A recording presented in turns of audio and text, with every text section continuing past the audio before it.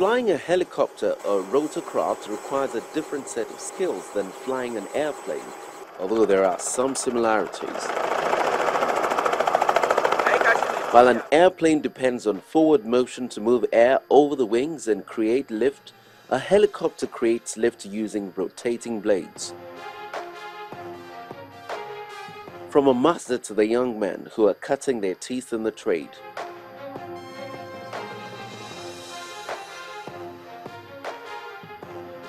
Frictions are off, sir.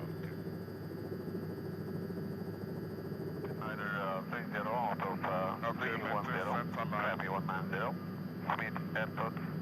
Flying Officer Henry Ozodinobi is a graduate of the Nigerian Defense Academy in Kaduna.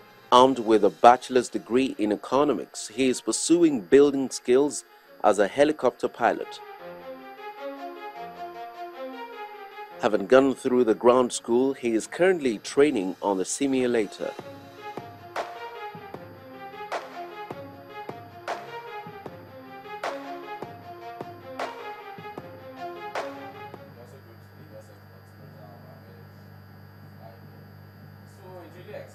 And when he is out of this session, there is time for conversation.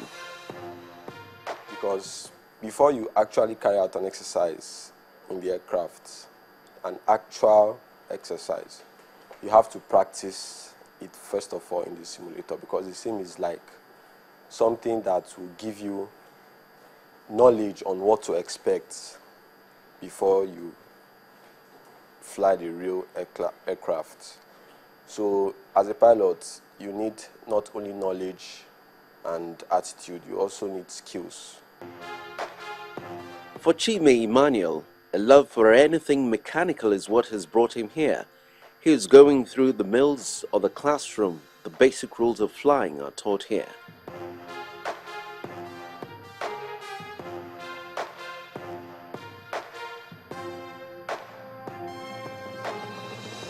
I was very, very happy because I see my dreams coming true. Actually, when you come into the world of mechanical engineering, it's a vast world.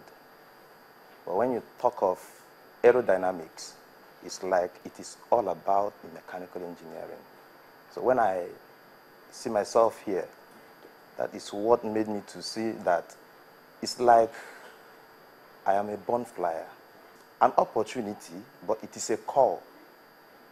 If not that it is my call, I would have left this area because the demand is very high.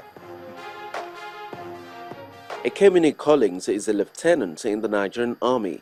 The helicopter is an attraction, but he must first learn the basics. That's what he is currently doing.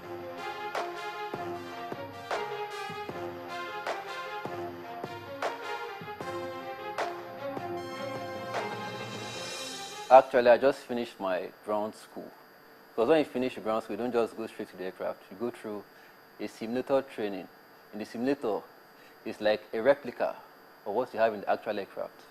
So you have to go through the simulator first. When you are proficient enough in the simulator, that's when you can go to the actual aircraft. I actually wanted to be in the Air Force, but when I went to the Nigerian Defense Academy, I was given the Army. So I still had hope that somehow, I'll find myself here. They're not the only ones. Two others also share their thoughts on this training.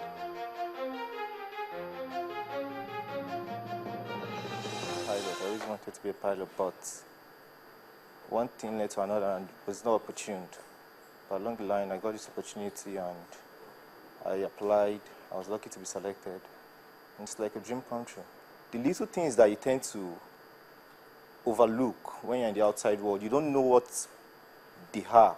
When you get to the aviation industry or the aviation world, when you now start understanding the concept, you'll be stunned, like, so this is what makes this work, this is what makes this work like this. It's quite very interesting. I think that's what chose me the most. Actually, at first, I never liked helicopter. I prefer fixed wing because that has been my dream to fly fixed wing. There are some factors affecting helicopter in flight. Like the factors that affect helicopter in flight are different factors really that affect fixed wing. Because the helicopter can just stand on its own, and at least you've let to use the layman language, it can just move up on its own and stay. But staying on its own, there must be some forces that are making it to stay above the ground. Unlike the fixed wing must have a takeoff run before it moves to the air. While helicopter on the spot, it can just raise up, and the way it is done, so it's just a normal. It's not something normal. Definitely, there are some things acting on it that is making it to. So you, as a pilot, you need to make extra effort to keep it above the ground. To arrive at the end of this goal, determination and strong skills will be a survival factor, and all they pray for is to succeed at their trade.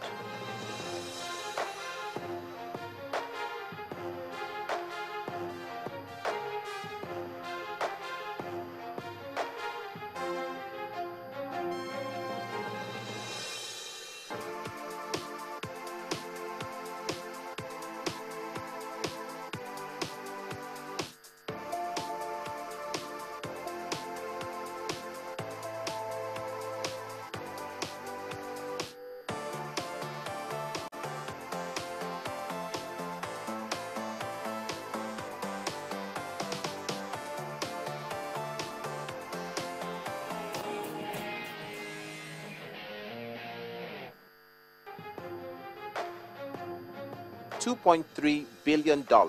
That's the amount travel agencies in the country say they generated in ticket sales and tour packages in 2014, underlining their importance to Nigeria's economy.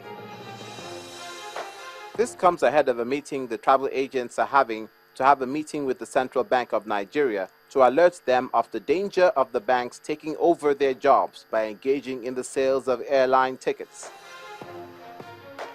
At a press conference in Lagos, a senior official of the Travel Agents Association, Alhaji Aminu Agoha, lamented that banks in Nigeria have become jacks of all trades. We call on the Governor of Central Bank of Nigeria to direct all banks in the country to stop the sale of tickets to the public. Travel agencies are the only agencies accredited to sell tickets on behalf of airlines. We call on NCAA to direct all airlines operating in Nigeria to only sell tickets through IATA accredited agents. This will instill professionalism and sanitize the industry. The Nigerian government should look into the issue of multiple landing rights given to foreign airlines operating in the country. These airlines should be given single landing rights and compelled to code-share with our local airlines. This will save our aviation industry from collapse and provide jobs for more Nigerians. On the issue of infrastructure decay at most of the country's airports, the body said it's very worried about the current state of most airports, particularly the Murtala Mohammed Airport, Lagos, Malam Aminu Kano International Airport, Kano, and the Port Harcourt International Airport, Omagwa. With airports still in view, this time the Port Harcourt International Airport, where the contractor handling the construction of the departure and arrival halls of the airport said work on Phase 1 departure was between 80 to 90% complete, while work on Phase 2 arrival is almost nil. The chairman of Interbao Construction, Sir Nath Okechukwu, said in an interview that the second phase of the project was awarded at the cost of 1.7 billion naira, adding that the last time he received payment for the work was in 2013.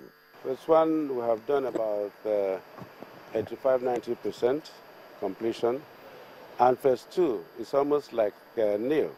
The total sum then was 1.7 billion. No, we're not talking in terms of dollars as far as I know. Up? It's gone up, which is what they're doing now. We don't know how much they're coming up with, but we hope very soon they'll send us back to work.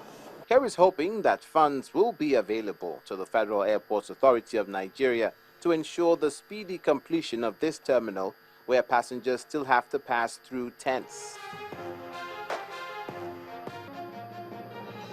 An Emirates flight from Sydney to Dubai was forced to make an emergency landing in Colombo after smoke was detected in the cockpit.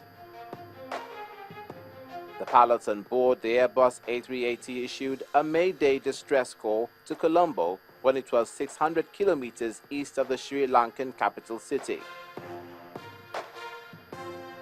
The EK413 flight, which is flying from Auckland via stop to Sydney, had 471 passengers and 30 crew on board.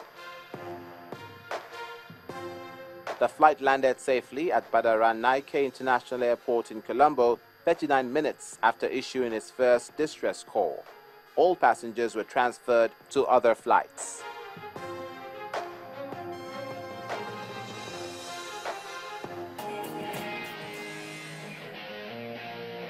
This is our curtain call on the program. You can also watch past episodes of the program on YouTube/channels.tv/Aviation This Week, and also reach us on our feedback platform. I'm Bukola Jo Kitumbi. Next week is another date.